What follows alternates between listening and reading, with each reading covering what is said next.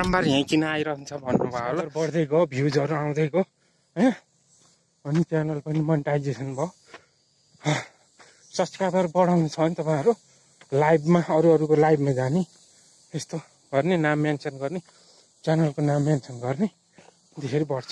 यहाँ बन्दै गरेको नयाँ होटेल हो, यतापट्टिको चाहिँ पुरानै होटेल, उतापट्टिको चाहिँ नयाँ हो एकदम। अहिले त दामी भएछ। ल दामी छैन त, दामी छैन होइन, सो नाइस।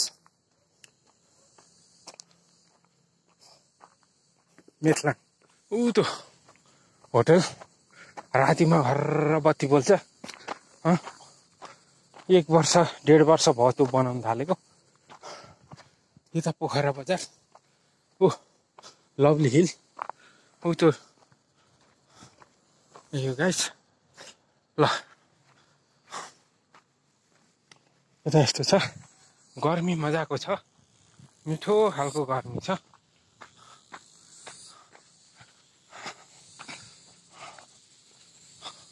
पहिरोको जोखिम छ, डाँडा काँडामा बस्न मजा त मजा, अब पहिरोले लुतो लुतो झरिदिन्छ त्यहाँ।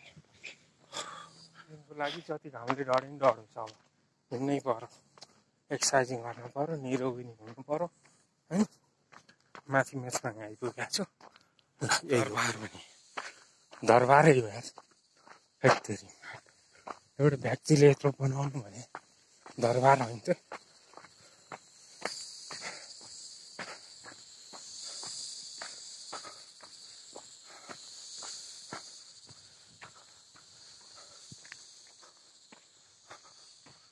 मुठमुख प्याक प्याक सुरु, च्याप च्याप च्याप, प्याक प्याक प्याक। गर्मी यस्तो लास्ट छ यार, लास्ट गर्मी।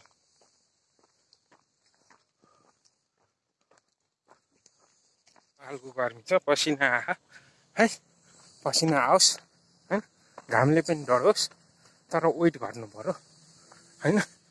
त्यही हो हाम्रो उद्देश्य। पालन छ यहाँ। मेथलाङ आइसकेको छु। अब केही नौलो र फरक दृश्यहरू अवलोकन गर्न सकिन्छ। अब यता परालको हुनियो, यो के अरे टौवा पराल। गाउँतिर हिँड्दा होइन मही चाहिँ मागेर खाने मन लाग्छ। काहीँ काहीँ मही छ भने होइन, मही माग्ने, टक्क गरीमा फेरि त्यो अमिलो मही खायो भने छुट्टै इनर्जी आउँछ। कहिले त म आफै पनि बोकेर लिएर आइरहेको छु होइन मही। जय शम्भु, यही हो। धुपीको रुख काटेर गोलो बनाएको हुन्छ। मेथलाङमा तरकारीहरू बिस्तारै फल्दैछ, मकै फल्दैछ। मेथलाङको गाउँ यो होटेल हो।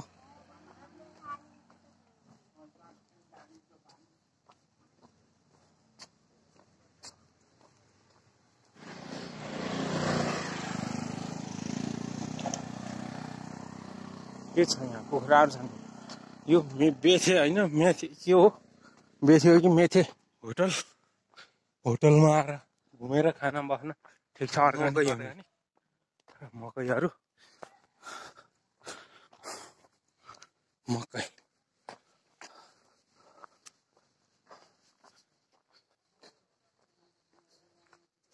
टिवाइफी टिपिकल रहेछ। 1 वर्षको भाले करायो, 1.5 वर्षको भयो।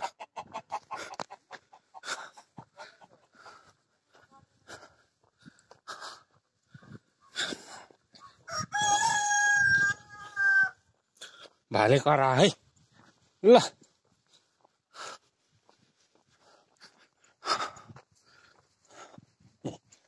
कमन आइडिया, कमन सेन्स भने छोटै थोरै लगाए नि होइन, धेरै फाइदा थोरै जग्गामा धेरै होइन। यो ठिक छ नि। मेथलाङ,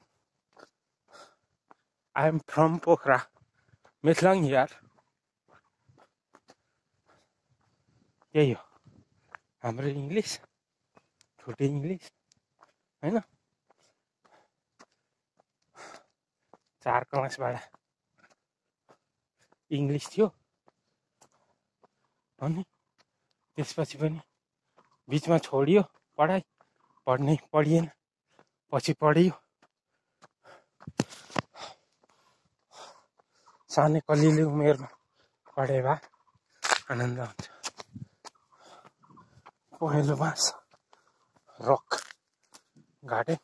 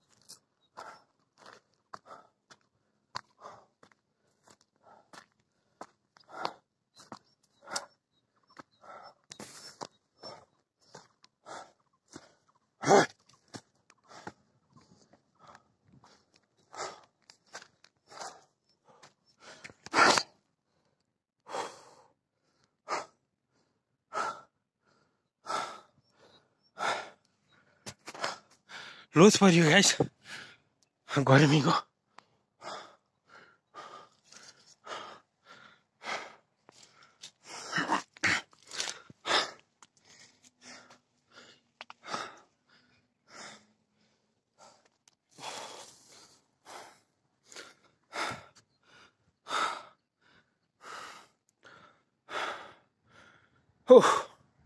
हेलो एभ्रीवन नमस्ते welcome to my new video guys म चाहिँ अहिले पोखराको मेथलाङ टापुमा छु रक गार्डन है रक गार्डनमा छु तलपट्टि पोखरा सिटी देखिएको छ आज एकदम तिमीलो लागेको कारणले गर्दाखेरि एकदम मौसम एकदम धमिलो भइरहेको छ है यहाँ चाहिँ तिजुको रुख छ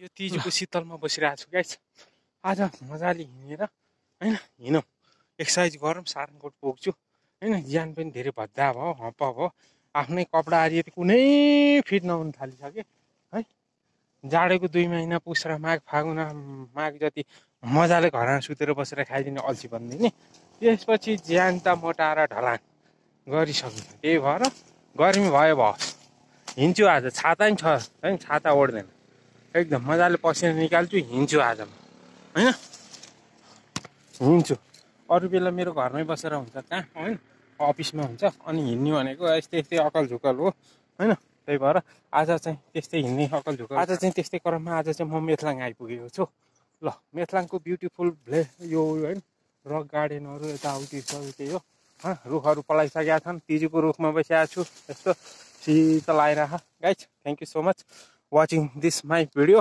लाइक सब्सक्राइबर हैन कमेन्ट ठोक्नुहोस् हैन राम्रो नराम्रो के छ कस्तो छ हैन के छ कमेन्ट मजाले भड्काइदिनुहोस् हैन सारा म त्यस्तो माइन्ड गर्ने मान्छे होइन गाइज बारम्बार यहीँ किन आइरहन्छ भन्नुभयो होला मेरो हिँड्ने बाटो यही हो मेरो रुट यही हो हैन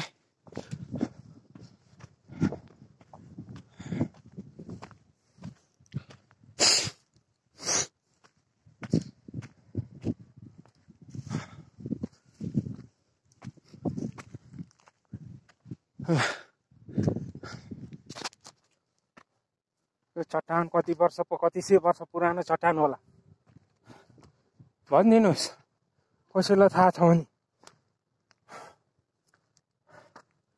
हाय हाय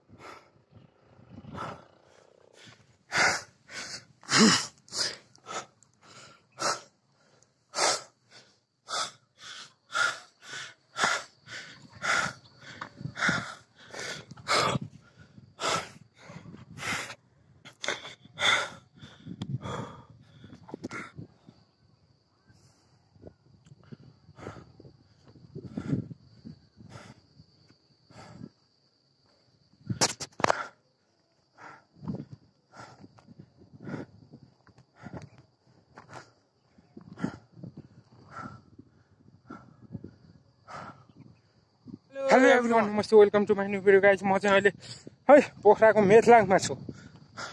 गर्मीको मौसम छ है, एकदम स्यास्या र फेमा गर्दै यो बाटो उक्ल्यो।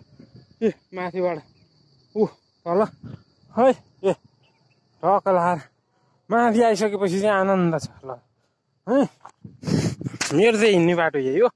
म त यही बाटो आज सारङकोट पुग्छु होइन।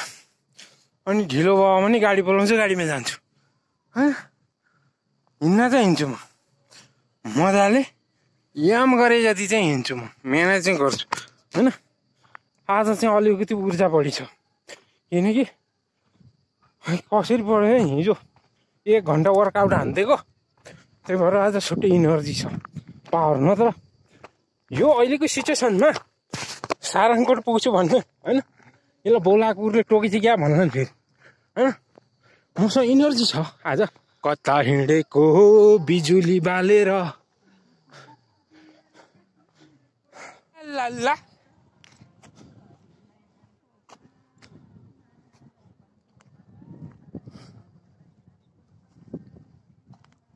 अरूलाई धानको पात माया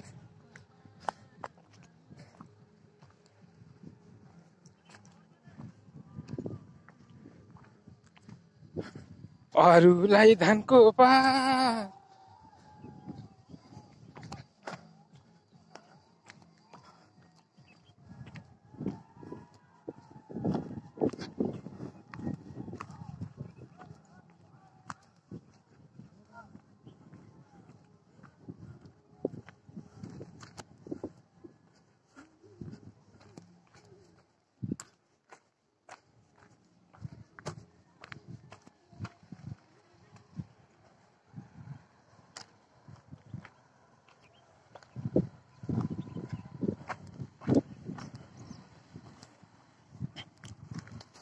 अरूलाई धानको पात।